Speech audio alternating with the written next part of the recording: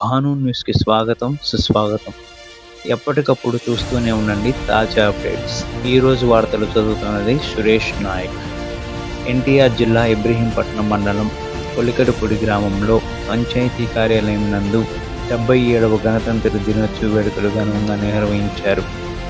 ఈ కార్యక్రమానికి ఇబ్రహీంపట్నం మండల వైఎస్ఆర్సీపీ పార్టీ ప్రెసిడెంట్, కొలికలపూడి గ్రామ ప్రెసిడెంట్ రెంటపల్లి నాగరాజు, తెలుగుదేశం పార్టీ గ్రామ అధ్యక్షుడు హజ్జా సుధాకర్ కలిసి పాల్గొన్నారు. ఈ సందర్భంగా రెంటపల్లి నాగరాజు మాట్లాడుతూ, ముందుగా భారతదేశ ప్రజాస్వామ్యానికి మార్గదర్శి, దేశ ప్రగతికి పునాది రాజ్యాంగమే అని ఆయన అన్నారు. ప్రజలకు గణతంత్ర దినోత్సవ శుభాకాంక్షలు తెలియజేశారు. ప్రపంచంలో ప్రజాస్వామ్యానికి ఉత్తమ ఉదాహరణగా నిలిచిన ఆదర్శ రాజ్యాంగం భారతదేశ రాజ్యాంగం అంటూ మైలవరం నియోజకవర్గ ప్రజలందరికీ రెంటపల్లి నాగరాజు 77వ గణతంత్ర దినోత్సవం ఇంత ఘనంగా, ఐక్యతగా, ఎటువంటి రాగద్వేష భావాలు లేకుండా మన గ్రామంలో జరుపుకోవటం ఆనందంగా ఉందని ఆయన మాట్లాడారు. మన గ్రామ అభివృద్ధికి ప్రతి ఒక్కరం కూడా కలిసిమెలిసి ఉండాలని ఆయన మాట్లాడారు. ఈ కార్యక్రమంలో ప్రత్యేక గ్రామ సభ నిర్వహించడంతో పాటు త్వరలో పదవీ కాలం పూర్తి చేసుకుంటున్న తరుణంలో పాలకవర్గ సభ్యులకు గ్రామ పంచాయతీ కార్యాలయంలో వారిని ఘనంగా సత్కరించారు. ఈ కార్యక్రమంలో పంచాయతీ కార్యదర్శి షేక్ మహబూబ్ జానీ బాషా, గ్రామ పార్టీ నాయకులు, కార్యకర్తలు తదితరులు పాల్గొని వారికి కృతజ్ఞతలు తెలియజేశారు. ఆగస్టు 15 అంటే ఏంది, జనవరి 26 అంటే ఏంది?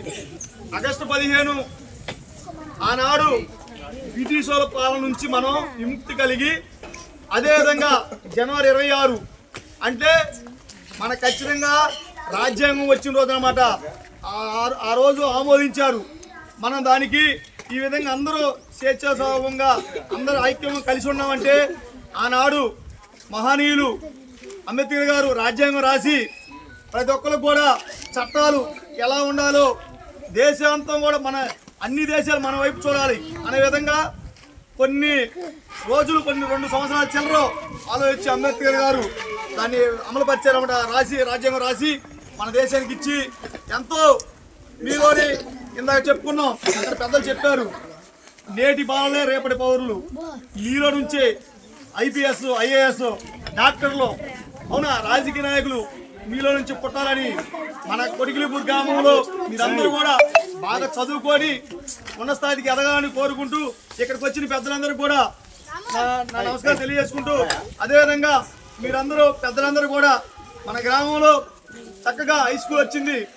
ఇక్కడ ఇంతకుముందు ఎంపీపీ స్కూలే, ఇప్పుడు హై స్కూల్ అయింది.